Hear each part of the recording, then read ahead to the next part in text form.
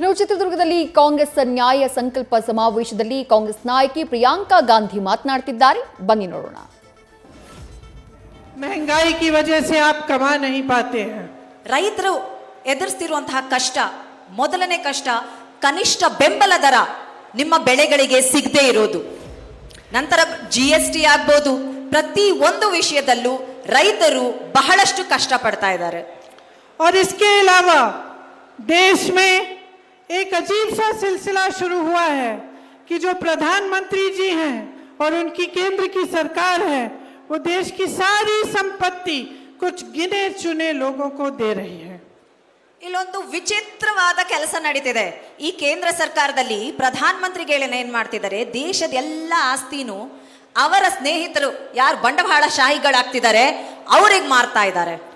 मेरे किसान भाइयों के कर्ज माफ नहीं करेंगे, लेकिन बड़े बड़े उद्योगपतियों के 16 लाख करोड़ रुपयों का कर्ज माफ कर लेंगे. ನಮ್ಮ ರೈತರ ಸಾಲ ಮನ್ನಾ ಮಾಡೋದಕ್ಕಾಗೋದಿಲ್ಲ ಇವ್ರಿಗೆ. ಅದೇ ಈ ಬಂಡವಾಳಶಾಹಿಗಳು ಅವರ ಸ್ನೇಹಿತರಿದಾರಲ್ಲ ಅಂತವ್ರಿಗೆ 16 ಲಕ್ಷ ಕೋಟಿ ಸಾಲನ ಮನ್ನಾ ಮಾಡಿದ್ದಾರೆ. इस देश का लोहा, कोयला, बिजली, सड़कें, हवाई अड्डे, बंदरगाह, हाईवे, हमारे बड़े बड़े PSU की सब्सिडरीज सब अपने दोस्तों को सौंप दी है. ನಮ್ಮ ದೇಶದ ಆಸ್ತಿಯಾದಂತಹ ಕಬ್ಬಣ ಆಗ್ಬೋದು, ಇದ್ದಲಾಗ್ಬೋದು, ನಮ್ಮ ಏನು ನಮ್ಮ ಏರ್ಕ್ರಾಫ್ಟ್ ಏನಿತ್ತು ಏರ್ ಇಂಡಿಯಾ ಆಗ್ಬೋದು, ಪ್ರತಿ ಒಂದನ್ನು ಮಾರ್ತಾ ಇದ್ದಾರೆ. ನಮ್ಮ ದೇಶದ ಆಸ್ತಿಯನ್ನ PSUಗಳೇನಿದ್ವು ಪ್ರತಿ ಒಂದನ್ನು ಅವರ ಸ್ನೇಹಿತರಾದ ಬಂಡವಾಳಶಾಹಿಗಳಿಗೆ ಮಾರ್ತಾ ಇದ್ದಾರೆ. देश का किसान कर्ज में डूब रहा है. बेटी की शादी करनी होती है, कर्ज लेना पड़ता है. कुछ खरीदना पड़ता है खेती के लिए, कर्ज लेना पड़ता है. कर्ज में डूब रहा है, मुश्किलों से घिरा हुआ है, लेकिन उसका कर्ज माफ नहीं होता. सिर्फ बड़े बड़े उद्योगपतियों के लिए सब कुछ हो रहा है सरकार में. ರೈತರು ಸಾಲದಲ್ಲೇ ಮುಳುಗ್ತಾ ಇದ್ದಾರೆ. ಮಗಳು ಮದ್ವೆ ಮಾಡ್ಬೇಕು ಅಂದ್ರು ಸಾಲ ತಗೋಬೇಕು, ಹೊಲದಕ್ಕೆ ಏನೋ ಒಂದು ಬೆಳೆ ಬೆಳಿಬೇಕು ಅಂದ್ರು, ಹೊಲಕ್ಕೆ ಯಾವುದೋ ಒಂದು ಟ್ರ್ಯಾಕ್ಟರ್ ತಗೋಬೇಕು, ಏನೋ ಒಂದು ತಗೊಳ್ಳೋದಕ್ಕೂ ಸಾಲ ಮಾಡಬೇಕು. ಈ ರೀತಿ ನಮ್ಮ ರೈತರು ಸಾಲದಲ್ಲೇ ಮುಳುಗ್ತಿರೋ ಸಮಯದಲ್ಲಿ ಇವತ್ತಿನ ಪ್ರಧಾನಮಂತ್ರಿಗಳು ಏನ್ ಮಾಡ್ತಿದ್ದಾರೆ, ಅವರ ಸ್ನೇಹಿತರು ಬಂಡವಾಳಶಾಹಿಗಳ ಸಾಲ ಮಾತ್ರನೇ ಮನ್ನಾ ಮಾಡ್ತಾ ಇದ್ದಾರೆ. ऊपर से जब जब विपक्ष के नेता आपके लिए आवाज उठाते हैं, आपके लिए आंदोलन करते हैं, तो उनको दबाया जाता है. ನಿಮ್ಮ ಪರವಾಗಿ ಯಾವುದೇ ವಿರೋಧ ಪಕ್ಷದ ನಾಯಕರು ಒಂದು ಧ್ವನಿ ಎತ್ತಿದ ತಕ್ಷಣ ಅವರ ಬಾಯನ್ನು ಮುಚ್ಚೋದಕ್ಕೆ ಹಲವಾರು ರೀತಿ ಪ್ರಯತ್ನಗಳು ಮಾಡ್ತಾರೆ. कांग्रेस पार्टी के बैंक के खाते बंद किए, दो मुख्यमंत्रियों को जेल में डाल दिया.